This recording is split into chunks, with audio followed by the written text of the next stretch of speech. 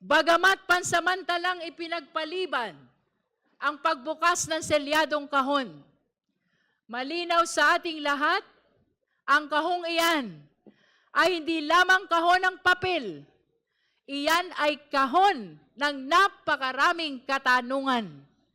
Katanungan na dapat sagutin at dapat suriin sa tamang panahon. Pagkatapos ng mga revelasyong ito, agad-agad nag-react ang kampo ng Vice-Presidente. Muli, 3 punto ang malinaw sa reaksyon nila. Una, sabi ng mga abogado, handa raw sumagot ang Vice-Presidente.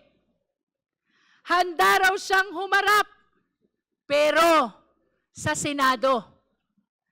Hindi dito, kundi sa Senado. Ang upuan ng Vice-Presidente ay nananatiling bakante. Napaisip tuloy tayo, kung doon siya sasagot, hindi ba't kinikilala na rin niya na meron ng sapat na ebidensya dito at patungo na talaga sa Senado ang kasong ito?